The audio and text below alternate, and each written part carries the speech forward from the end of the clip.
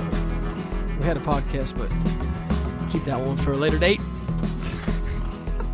It's good to be back. I mean, sometimes you record a podcast and you don't release it because you know you're not allowed.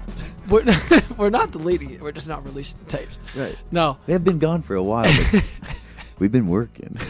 JP, how we doing, my man? It's good to be back in the studio.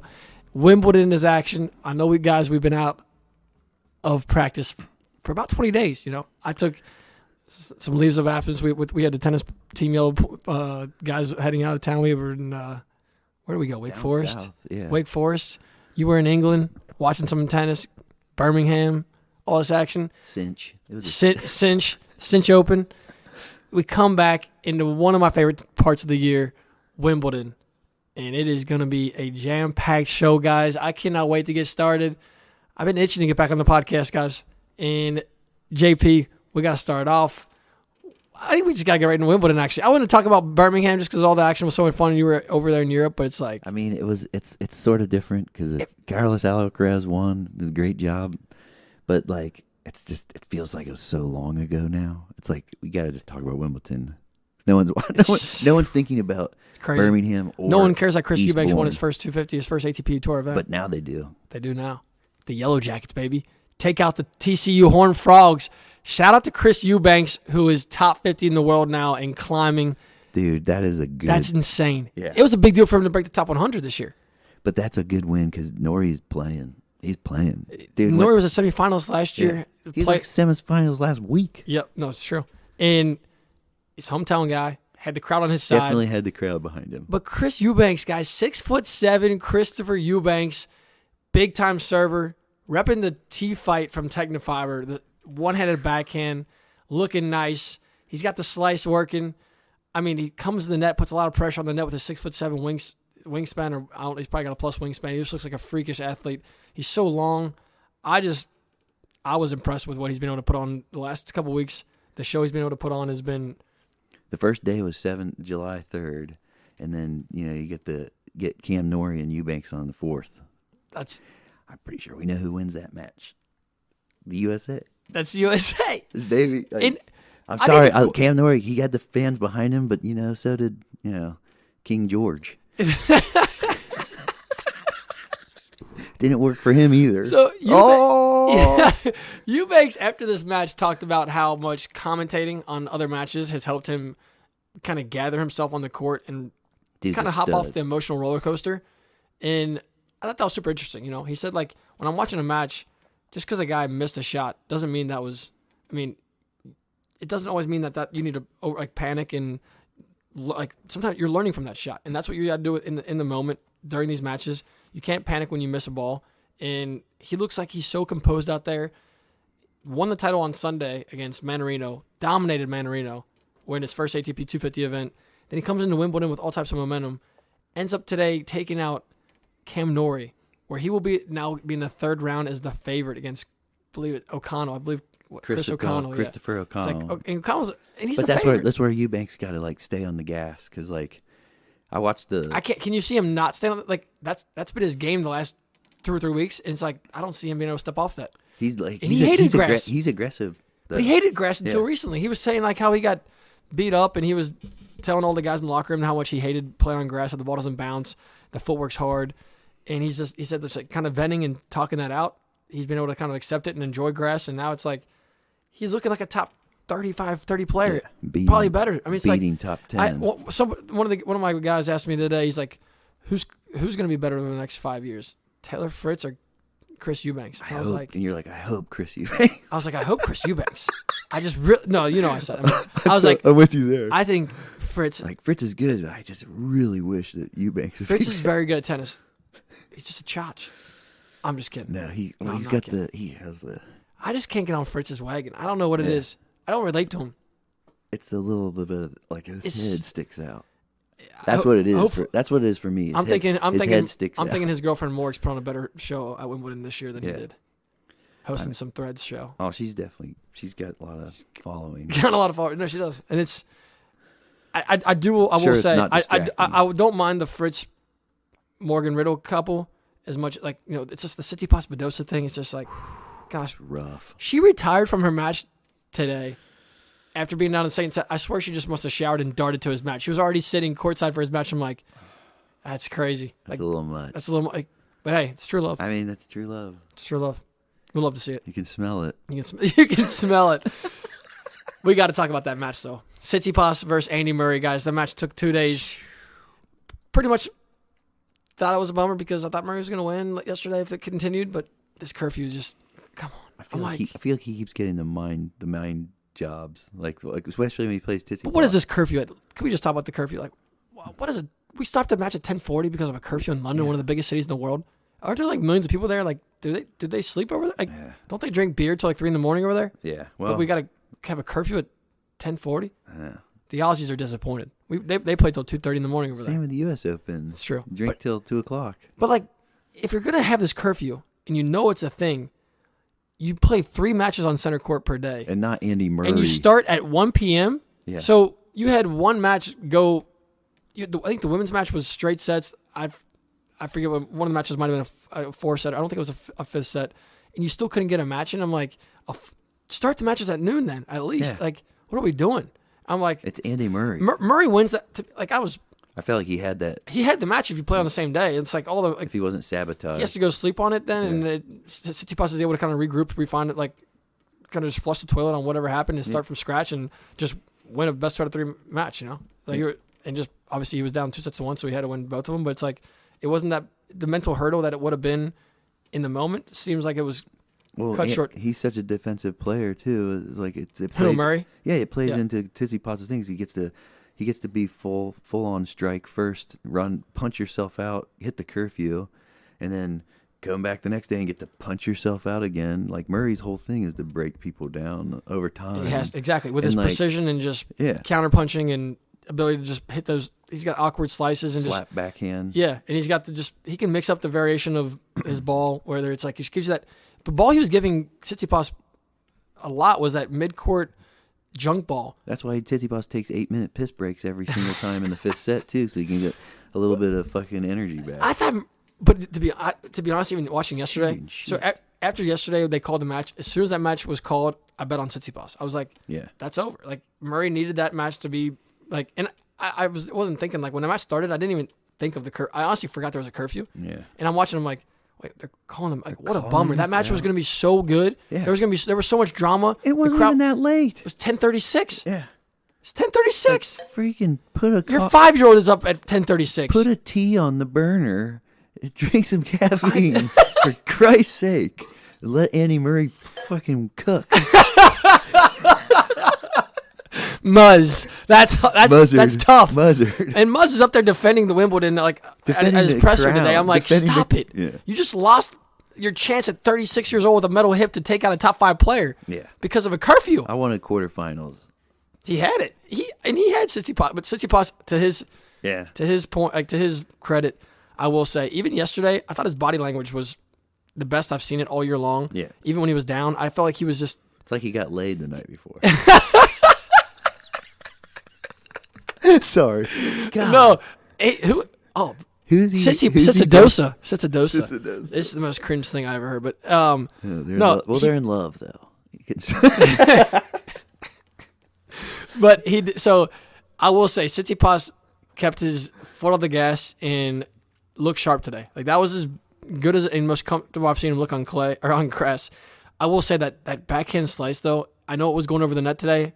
It is so hard to watch with that elbow just sticking, and it's like the ball just dies in the middle mid court. Yeah. Unfortunately, Murray doesn't have the weaponry. I feel like to take that and step on it and come to the net behind it like some of these guys he's going to face will. But no, Tsitsipas served big time. He finished that match serving lights out. I think he pummeled 2 aces to finish that one.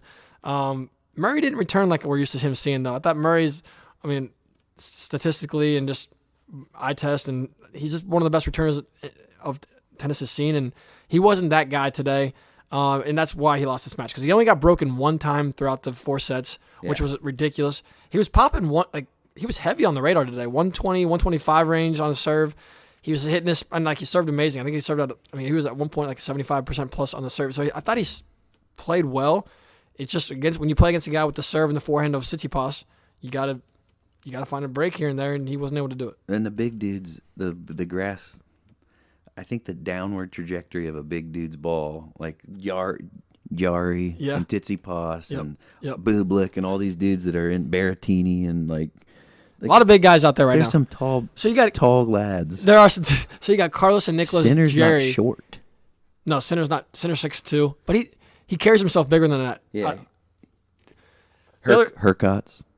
Hurkacz is a big boy, 6'6". He was all right. We'll start. We'll go right to Hurkacz because I thought Hurkacz played amazing today. That's like, I won't say amazing. That's too much on the gas. He played very well. He just looked poised. Musetti's playing good too. Musetti's playing fine, but Hurkacz, I know he dominated that match 1-3, but he even he still had like a lot of like just casual unforced errors on the forehand or like shots that like I thought he was just gonna, and he let Musetti hang around a little bit longer, but like the fact that he has another level to get to, I feel like that could be a little bit of trouble for Joker, like a little bit. I'm not saying Joker's gonna lose. I think it's a 4-set match. Joker wins it, but I think if Hubie can serve like he did today and consistently drop his tee serve on the deuce court and then he has the ability to slice out. He's just dangerous. You got to be on your. But Joker, that's a brutal matchup for him. For him to run up against the greatest grass court player ever, arguably, is still playing in his prime.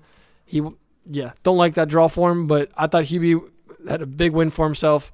Musetti was playing well coming into the event. I didn't think Musetti looked stellar today, though. Musetti was playing tough on Holger Rune on the grass course in Birmingham. Yeah. He's playing tough. He is. Like, I agree with you. He had no answers I today. agree with you, though, but that, like, I think he had no answers because, like, I think Hurkacz is actually playing good. For sure. And, like, that serve, it just comes down on people. Mm-hmm. I think more than some of the even bigger guys. Like, Jarry, I keep going back to him, but he's got more of, like, a big kick. Banger. It's a banger, but, like, Hurkacz is, like you were saying, the flat balls bounce weird on the grass, like...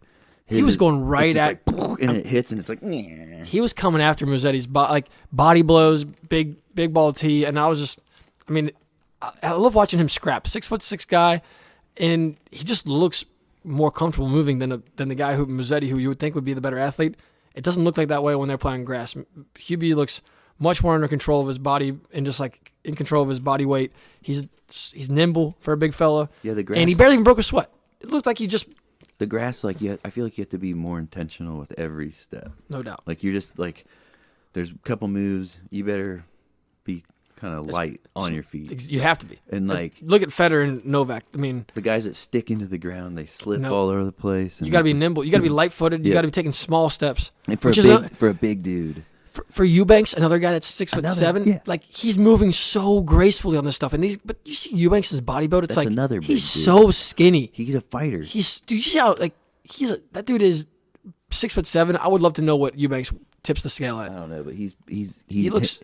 Him and Tommy Paul are very, very likable as Americans. I wish they would be like you're like who should be the best American. I wish it was those dudes. I love both those guys. Yeah, I do. And I just thought it was Eubanks is the man. I'm so happy for that guy. Yeah. Other guy we got. Who else is standing out to you this tournament so far? Sinner had a nice match today against Hallis. Thought he looked pretty sharp. Sinner's just. I feel like he just goes under the radar, even as a guy I look at as a contender. I believe he has the easiest quarter. He deserves it though. He's been fighting through some terribly hard draws in the defensive center. Like he's been like lined up with like Alcaraz every freaking. He's basically in his bracket every single. So no one's ranked higher than round. No one's ranked higher than 25 in Sinner's quarter. That's great. Gives him a 59.7% chance of making the Final Four. He's going to have to go up against Shapovalov probably. Which you don't hate. You love that matchup if you're Sinner. At this stage? Absolutely. That's the one you want. That's the guy you want. You want the guy with the one-handed backhand. But then he's going to go into, like, his quarter is going to be nasty, but every quarter. What? Every quarter's nasty. Right. Who's he take on if he takes out Shap? Either Joker. Or in the quarterfinals. Yeah, like he's not going to get through Joker. Right. No. Joker's looking nasty. Too. Joker is he's cold. He's got the killer. So, but Sinner's, I did bet a future on Sinner. It was like $10, won $150, and I also took a. Speaking of guys that have been moving well that are big, Meddy. We're not talking about Meddy. Meddy's looking. And Meddy's tough. looking. He looks.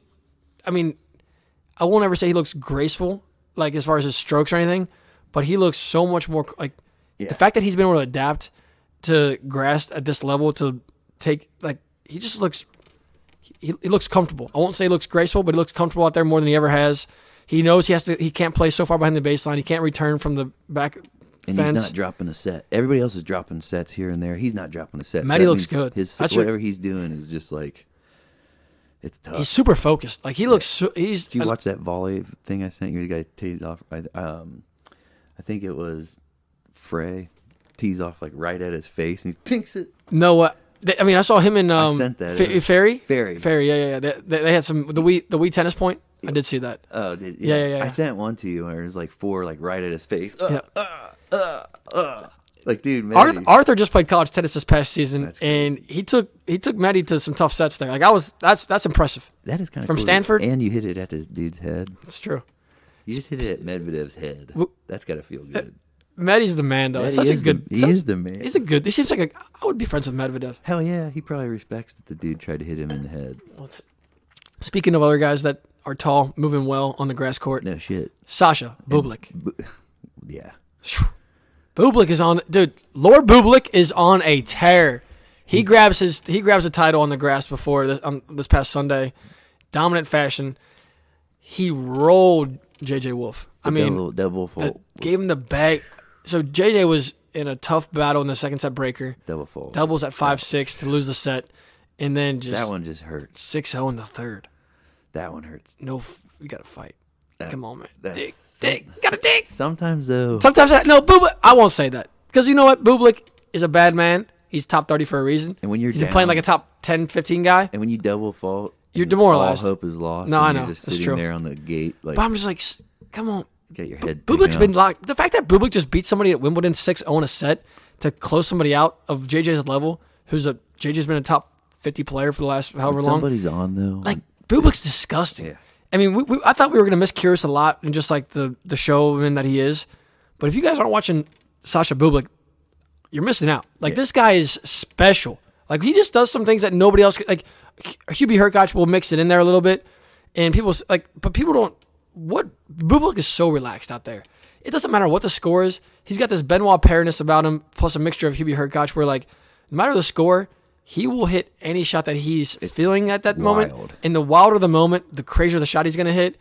And it just drives these guys reckless. And the fact that he's finding the serve has always been massive, but the fact that he's able to back it up now and he's just able to kind of move on from bad little spouts. The opportunity to hit a funny shot or like just a killer shot. Sometimes I think it messes people's heads up more to just do a funny shot. In the way you like that in the way Bublik does it with like he just has like the mannerisms that he does and like he hits these drop shots and he looks like he's like wishing the ball to go over the net, but it always just like gently taps the grass and just falls down. It's like this guy's the handle overhead is pretty funny. That's legendary. But if you were playing him, would you do one to him just to like? He loves it, dude. He invites that type of stuff. He wants tennis is a hobby to him. He just happens to be one of the best 30 people in the world to do it. Yeah. And it's unbelievable. And he's got skinny legs. Anyway. And another guy that's big, that's moving well, Sasha Zverev. Bro, what is it? Tennis is getting bigger. And Sasha's going to take on Matteo Berrettini, another big fella who seems a little, he's not heavier stuff. He's just like, he's a bigger barely guy. Yeah. And he looks, what Berrettini just did to De Minaur is ridiculous. Walks in as an underdog, plus 135. I put it up there on the Pure Tennis Podcast Instagram. Guys, want some free money? Yeah. Bet on Matteo Berrettini. No, don't do it. Don't. Hold on. Hold. Demon's playing good tennis. Demon is a totally different player. So Nate is still drunk on watching Berrettini play De Minaur. Sasha Zverev is a totally different dude, and he's not going to get hit just like freaking little boy from Australia. I mean, sorry. Berrettini versus Sonego. Did you see that? I mean, he just took him to the woodshed. 4 sets. I know it was a battle. I mean, some of the sets were good, but it's like Berrettini. There was never a doubt that he was drunk on the Berrettini.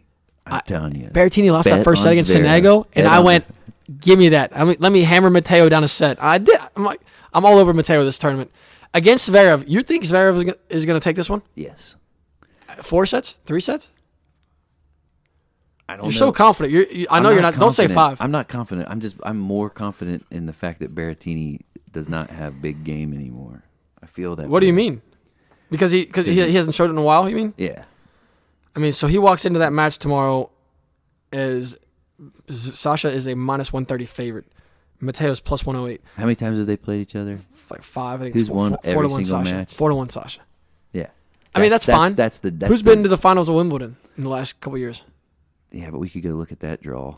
I mean, that's a legit finals at Wimbledon, no doubt, 100%. Yeah. But Berrettini, who's playing better this year? For sure, Sasha. But like in the last 2 matches that I've seen, Sasha's looked good. But it's like Berrettini had some points. I rewinded a couple points today to watch. I'm like, wait, did he just get to that ball and hit that type of shot like today? Did he? Yeah. And he hit some backhand returns, and then like usually if Berrettini hits a good backhand return over the top of the ball, and you go back to his backhand, he's slicing the ball every time. Today he was actually kind of going after that ball a little bit. I'm like, that's a confident Matteo Berrettini right now. Maybe he's fixed it. I used to do this one stat a couple years ago. It's like, as Matteo Berrettini, when I used to watch his matches, I would look for 3 topspin backhands in a row. I don't think I ever got to 3. Today, I think I got to 3 like twice, and I was like, this guy's feeling much better. I think he told me to do that, and like I watched him for like a couple matches, and I just always am just like that backhand is so bad. It's had its days. It's like mine. It's had its Mateo's serving huge though. Everything. His forehand, the thing. So Zverev hit everything to the dude's backhand for sure, like no doubt, and Sasha will because he loves his cross court backhand. He loves backhand's so good, so good. He's going to stand for sure on it all day long. No doubt, he will. He's going to try. But the thing about Matteo is the ball you get on grass so often is that junk ball in the midcourt, because on hard court sometimes that ball it'll just kind of plow through the court a little bit. On the grass, if you don't swing at it, that ball just sits on the turf right at that kind of low height level. Matteo gets under that ball so well and works it into the corners as well as anybody, and he has that slice backhand which is just not fun to pick up on the grass. He's serving huge. Obviously, he played Demonar today, so saying he returned well against a guy that's not known as a server, but I thought he did return well. I don't know. That's going to be a fun match, and I think I'm taking TV. It is must-watch TV. You're taking Berrettini. You already. I am. I love Sasha's game, but for the grass, I don't think it's.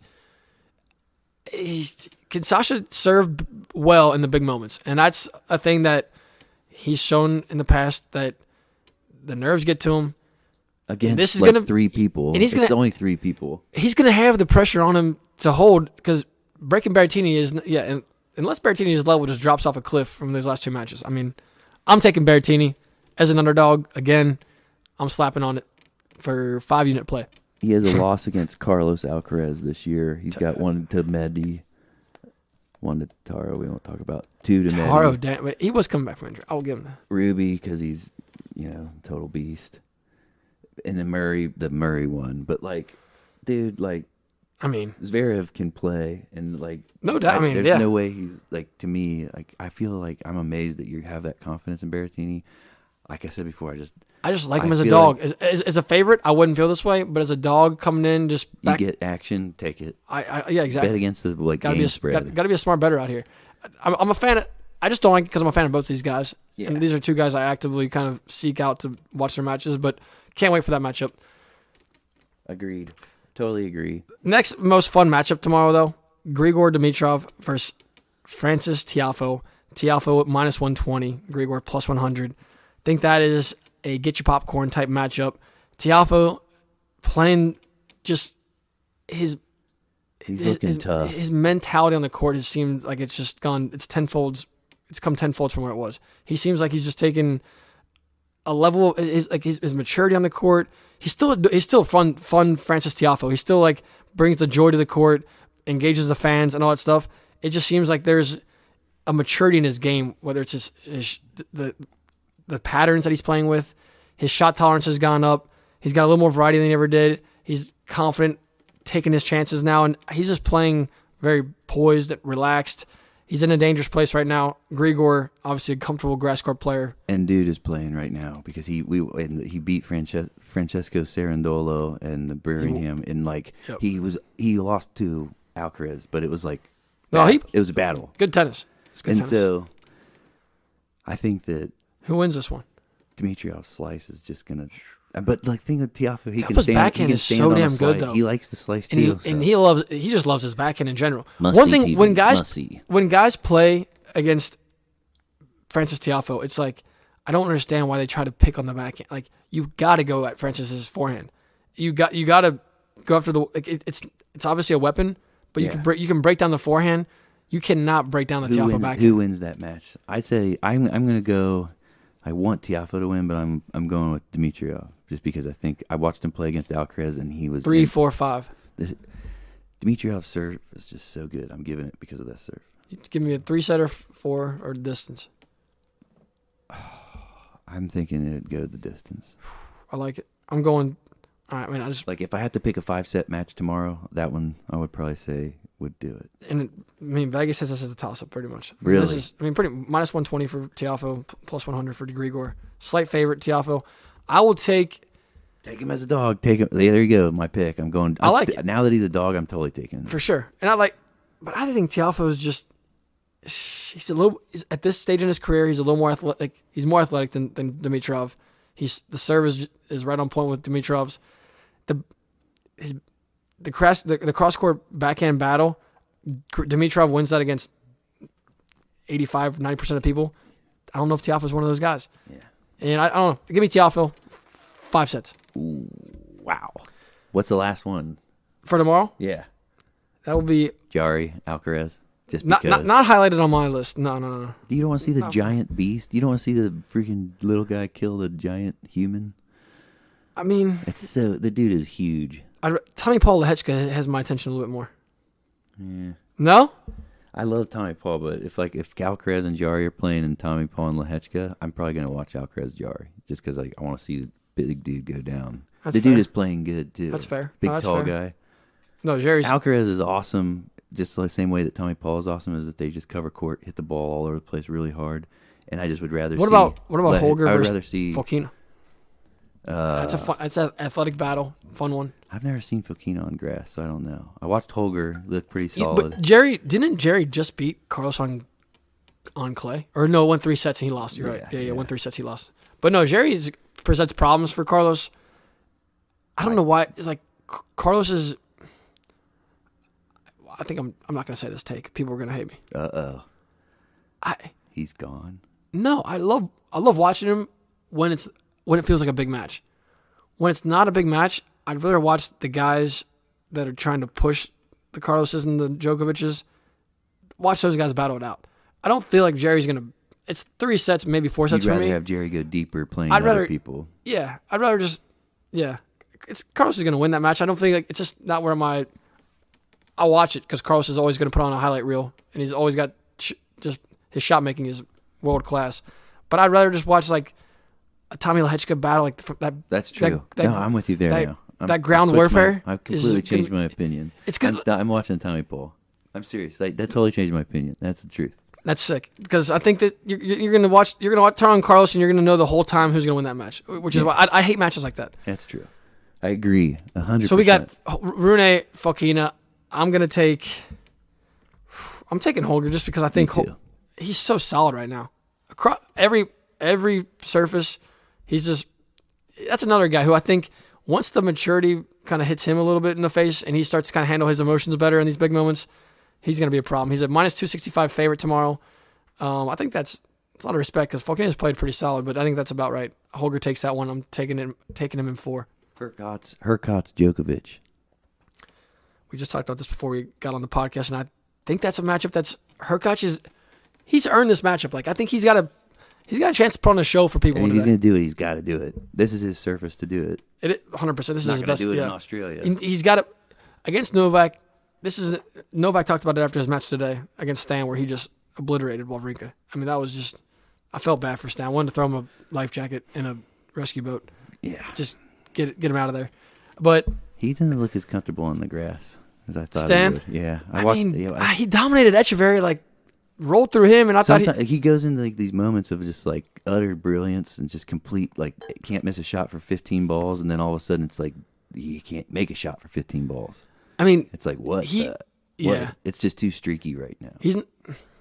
I don't think his level is diminished from, which is hard for me to watch because Stan, vintage Stan, could play on the grass and he was a problem. But this is an old Stan that's been banged up, battled injuries. Novak, this dude just put him in a headlock. I think the thing too with Stan is that like he's like one of the older dudes, so he's got a big following. There's some pressure there, like for sure. He was up 5-3 in that third set breaker. Had a chance to take it. Didn't come up with the goods when it mattered. Yep. And Novak is just better than everybody else at finding his namaste. You're not going to beat Novak. No, you're not. But Hurkacz got to put a lot of pressure on the net. Like Novak said, he's 6'6", 6'7", whatever he is. Hard to kind of pick a spot when he comes to the net, and you got to really hit a precise. How about the top of the draw and the bottom of the draw having like basically like same like middleweight size dude fighting giant?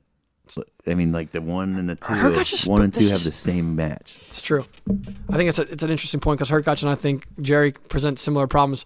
I think Hurkacz is better than Jarry. I think Novak's better than Carlos on this stuff. So it's interesting. Hurkacz, please lay some wood on the forehand. Please put it on there. Put the bracket. Put the weight. Nate's never said that. Lay some body weight on the forehand. Don't pull up on the ball. Yeah. Stay all the way through. Like his backhand, he trusts it so much. He finishes so solidly with fluidity across the body. Without acceptance, we can't have progress. Like we have, like Hurkacz. Like I forget. Craig Boyden said that.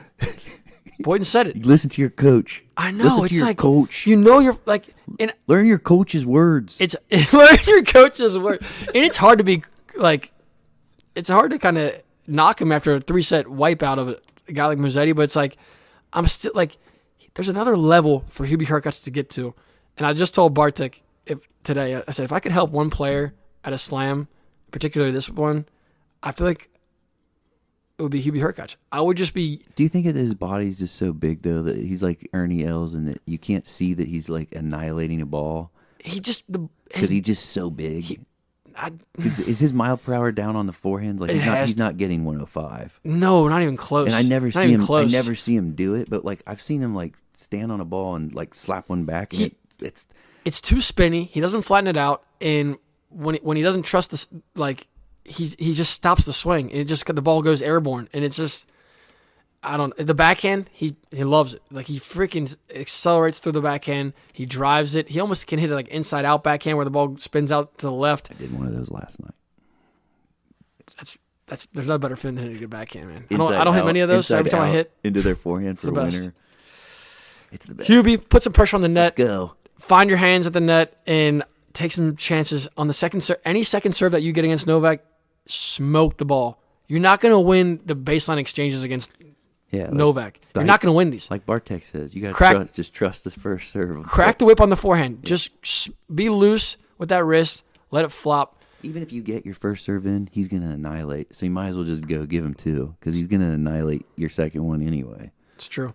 Meddy plays Vucevic. I think that's I would never say this in the past, but like from this year, what I've seen from Meddy, I think that he walks through that in 3 sets.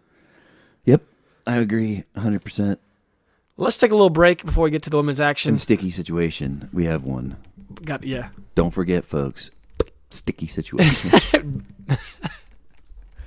Sticky situation coming up next. And we're back. WTA action at Wimbledon. Got some matchups of the day that I'll be looking forward to on the betting side. But just a quick little... I want to just talk about the highlights. I know we watch a lot of women's tennis because of Chase. Thanks, Chase. That's true. Chase had us dialed up. Hope you're having a good vacation. Get back from Boston ASAP. We need our trio back. But no, the women's draw has gone. I feel like all majors on the WTA get haywire, but this one feels like the best players still remain in the draw, and I feel like. And the girls are mean. A lot of bagels, a lot of breadsticks. Lots of bagels and you got to be dialed in on the women's side. You might get flipped on. you might get scrambled, dragged over easy. Starting off at the top, I got the girl I think, actually it's both of them though, Madison Keys versus Marta Kostyuk. I can't wait for that matchup. Both of them are playing some of their best tennis, definitely of the year. Kostyuk having the best little run, I think, of her career. I mean, she just looks so comfortable. She took out Sakari in a tough battle. Madison Keys just looks super comfortable. Actually opens up as a favorite at -330 tomorrow. I think that's a lot of respect for Keys and not enough respect on Kostyuk's level walking into this one. I'm excited to see that one. Also, shout out to Marta Kostyuk's fit. Not a fit that we carry at Tennis Point, but that Wilson kid, I hope that we carry because that is a fire. Good looking. It's a good looking fit. I mean, when you're going up against get the juxtaposition of Badosa and you kind of win that battle. I will say though, the Nike kits for the women are actually clean. Like, Nike didn't try to go too crazy this year. The Nike kits are always better for girls. The guys, it's true. The guys' kits look like girls' clothes. The girls' kits look good. Like, they got a little more perforated. Sablenka always looks good. It's true. She does have. Yeah, I mean, Badosa looks clean. Andreeva looks clean in her fit. Svitolina looks clean. Andreescu. I think all these fits. Rybakina switched off the Adidas kit to the. I think she's on Nike too now. No way. She's not. No, she's Adidas, not rocking an Adidas or Yonex. She's Yonex kit, but she still wears Adidas shoes. Is she really? Yeah. No way. She changed. Rybakina's wearing Yonex shirt and. I didn't mean to go down a rabbit hole on the kits, but she's got a Yonex visor and interesting. But she's still wearing Adidas shoes. I watched her play Shelby Rogers, and I don't think I noticed that. Shelby I feel like Rogers, I'm pretty observant. yeah. Shelby Rogers. The thing. Okay, while we're on the topic of gear, yeah. What do you think about Wimbledon's all white mandatory dress code? I mean, I don't mind it because then it's like you can get every single brand out there's white clothing options. That's fair. So what about this? And it beats watching 12 dudes wear the dark green Nike kit. So like last year. I'm so sick of that. So what about this though? Can we let the guys and girls wear colored shoes? Yes. Just like white or the kits, red hat. White kits are fine. They can be cool. I mean, I know I put up a thread last night, kind of wishing that we do. It's like fine, have the white kits. I think it's a little bit boring myself, but sure. I mean, they all have. But when it comes to shoes, let them give me some colors on the shoes. Like I don't want to look at white Adidas, white Nike, white. Come on, like give me. Can you wear black shoes? Like what if you just want to have to be white? Have to be white. I mean, that's the boring part. It's like I don't want to watch Andy Murray creep out there with these beat up Under Armour white shoes. It's like, and like even the ASICS shoes that look like Novak socks. And it looks like socks. it just looks silly. And the white socks and everything. It's like give me some color on the at least something. Yeah. Anyway, like it should be a 95.5%. You get 5%. Yeah, exactly. You can have 95% is white below the knee, because they're allowing sponsors all. I mean, like Carolyn Garcia looks like a freaking billboard. She's got. Exactly. It's a white kit, but she still got all her sponsors all painted all over it. One thing I do like though about Wimbledon, and she lost. She did. Tough loss. I didn't think she was gonna. She lost to Buskova. Yeah. The Bazooka. One thing I do like about Wimbledon though, that a noticeable thing.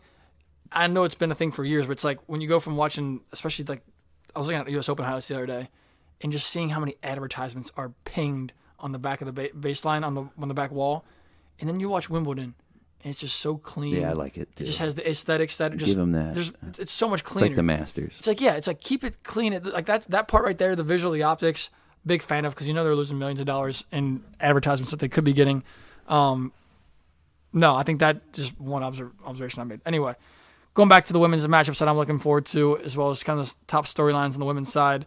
Give me keys tomorrow, but next up, the matchup I think I'm most excited for is Anastasia Potapova and Mira Andreeva. Two Russians battling it out. Two girls playing amazing tennis. Potapova's been just steadily finding her best tennis this season. Mira Andreeva, 16-year-old, young.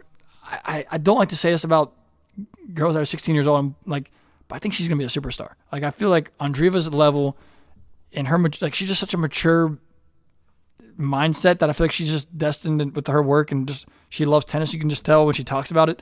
She's going to reach her ceiling. Cannot wait to see who wins that one. Potapova is minus 140. I think that's going to be an absolute battle. I think that one goes 3 sets.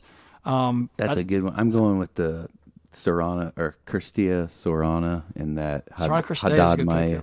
Because, dude. Haddad Maya's, she's a tank. Yeah, no, that's going to be a good match. And plus, that's a good one to watch. I'm telling you. Good one. What about, and then it gets another matchup that's just dies. You got Svitolina versus Azarenka. That'd be good. That's big time hitting right there. I think Svitolina just the way she's been able to find her form so quickly after having a baby less than a year ago and already winning her first title on her comeback, and now into the third round of Wimbledon. It's like she's gonna have her hands full with Azarenka though. Azarenka's a favorite. I'm taking Svitolina as a dog. That's a good pick. Blinkova and Sablenka. I like that one. At the end, I like that one. That'd be a good one. I like that. Blanca takes that one. Last matchup for me that this is a loaded slate. The last matchup for me, though, Ons Jabeur versus Bianca Andreescu. A stark contrast in playing styles. Jabeur is going to use her hands, use her variety, just her feel for the game, her the way she plays is just so unpredictable. I love that she's like the Bublik of the women's tour, I feel like, and she has so many different tools in that kit. Cannot wait to see what she does. Just double breadstick. That was one of the mean matches I was talking about too. Just a total go get dragged. She might be the most likable, easiest to root for player on either tour. I mean, I just feel like Ons Jabeur is just. She seems like a cool. No, that's what they say. I mean, know, everybody says that. But I've watched. I don't know. I've just listened to her get interviewed, and I listened to her. I watched the Netflix show. I'm still watching the season 2 right now. She just seems so level-headed, so normal. She just happens to be good at tennis, but she doesn't let her tennis powers kind of get in the way of her just being a normal person wanting to have fun. And like one thing I love that she said the other day was how she hates routine, and that's why part of the reason she loves tennis is she likes to entertain people. That's why she plays the way she does. She feels like she has to put on a show, and it makes her play her best tennis. And I love how much she's like embraced that like the drop shot is part of her game. It's like when most people talk about having a big forehand, that's like she just talks about having this killer drop shot. I mean, with her, like I don't know anything about. Well, she's so nice, but I like watching her because she plays a different type of game than all these big ball 1+1 girls that can just like everybody else that's dominant is Rybakina or Sabalenka. It's so one dimensional. Smashing. It's so boring. You watch her play, or that Cristina Serrano too. It's just like these grind ball players that like I. It's like it's either grind or. I like plus watching ones. it though. No, I do too. Yeah. But this is why I'm interested in this Potapova Andreeva match. Is I do feel like these girls will work as much as you can on grass. We'll kind of work the point a little bit. Wait till they find their ball. Andreeva I think she's so talented. I think Potapova has the athleticism and the firepower to be dangerous, but she also has the ability to play some defense. Good athlete. I'm super excited to watch that. Just some fun matchups. But we got to get to my favorite part of the show, man. It's getting late. And I want to get this pot out before tennis starts, and it's 1 a.m. We're out here grinding. The women's guys, tune into the women's action tomorrow. We just dropped a few of our favorite matchups. Yeah, Belinda Bencic versus Iga. I'll just throw it out there. Yeah, Iga's a heavy favorite. I think that's a walk in the park for Iga. Yeah, I do too. Bencic was playing really good at the beginning of the year, but I just not. And I was impressed that she pulled out that win versus Danielle Collins, who had her up against the ropes, but Belinda pulled through in a breaker in the third set. Anyway, Danielle Collins, dude. Did you see the way they called a ball out? I don't know if you're watching that match, but they called a ball out. She did this. No, did you see? So they corrected a call. She was on offense, and they called a ball out that was in, and she was like pissed that they miscalled it. She just like let out this shriek. I'm like, that's one girl I do not want to piss off. Yeah, no. All right, so sticky situation. We have to do it. I gotta light them up for this sticky situation. So. This is from I can tee it up that you have firsthand experience with the sticky situation. Most of the sticky situations that we talk about have firsthand experience, but this is a new one. This is a new one because not everyone gets to be in this type of context. So Nate, this is something he lives with. You get to live with this. This is the fight we got the fight. We got to fight the fight here on this though. So they always tell me. I mean, I haven't been in the press that often. I've been, Indian Wells, Miami Open, Western, Southern, and it's this process of like, I don't know how they get you on these lists, but it's like they act like it's such a honor to be credentialed. Today I'm watching Badosa after withdrawing today in her interview, and I believe it was the first question that came in Spanish. Yeah, from a credentialed because he's made. He knows the tennis. He knows what he's up to. Only the best people get credentialed. You got to be top dog. I would love to know who this young. Didn't sound actually very young. I would love to know who this gentleman works for, just to see what type of institution is sending a man out there who is sitting in a press room with a player that I don't know if he doesn't know who Paula is. It's embarrassing. Or if he doesn't know, if he just didn't watch the match. It's embarrassing. If he didn't check his phone. Yeah. If he didn't look at the TVs in the man that thinks in the media room, thinks like a child. It thinks like a child. It's like, dude, he congratulated Badosa on her win. Good win, babe. Good win. great job. And Badosa, who was less than pleased with this man, just says like, I lost. And I'm just like, oh, I'm listening. I'm like, did it? It's like, and what other sport? Like, can you imagine like Joe Burrow going to the press room and the guy says like, or go to the Super Bowl? Like what? Like this is Wimbledon, bro. Like Eagles. I just want to congratulate you on your second Super Bowl win. And whoa. I know you missed it, but we actually lost to the Chiefs. I mean, it's like it's so dumb. If this was a challenger or like a 15K tournament, and you're just kind of like out there trying to cover tennis, or whatever, I get it. But you're at Wimbledon, sir. Like, wake up. Yeah. And if you're Wimbledon, honestly, people you're not going to credential Pure Tennis Podcast, but you credential dumb people, dude. I know that Spanish there's a loss in translation. There's a translation. There's no word for loss and win. They just say different things. This is a sticky situation. He meant to say win. He said loss. Thanks a lot for winning that last match. I meant to say loss because of the Spanish. I just don't know that words yet. The moderator had to tap in like, get the hell out. She lost, and I'm like, the fact that we're here right now is brutal to see, but. That's the sticky That's situation. just as sticky as it gets for me. I'm like, is a guy that wants to be in the media at all these events? I don't know. Like, they act like it's such like and it is. Like, it should be. And it could be. But, like, when I look around and I used to think back in, like, when I was in college that, like, all these guys were, like, they were so into tennis. They were, like, dumb. They were, like, so dialed in. So dumb. And I look around sometimes, I'm like, that dude doesn't know how to hit a tennis ball. Like that one guy that played tennis. You could tell he played tennis because he was like, deuce and a half. Wait, what? Like when we were at Western Southern, that dude was credentialed and he could barely stand up, and he's like, it's 110 degrees out. I'm not fat shaming anybody, but there's no way that dude plays tennis. Like he should be on. He should be on My Hungry Life or some shit. No, but it's like I just think some people that play, like there's tennis people that actually that do the job too. Credential to people that like the job and would make the sport. I'm convinced that sometimes they just want to give credentials to the people that are going to cause the least amount of attention to the sport and make it terrible. Like, I don't know what we're doing. Sometimes I'm like, I didn't watch the match at all. Can I ask you some questions about the match? Like what? What is going on?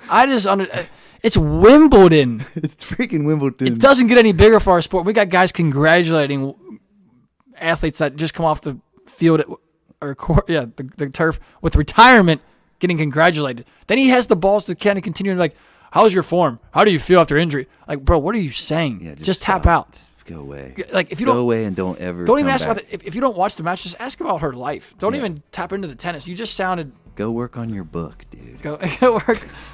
Work on your autobiography. That's all I got. I'm in. That's all I got. That's a good one. I don't want to end on a negative connotation, but it's like, guys, this is the stuff we're actually dealing with. If you want to see the clip, go on Twitter. Just type in Paula Badosa, and it's probably gonna come up. All right. Awesome. We gotta get this podcast out. We gotta get it out.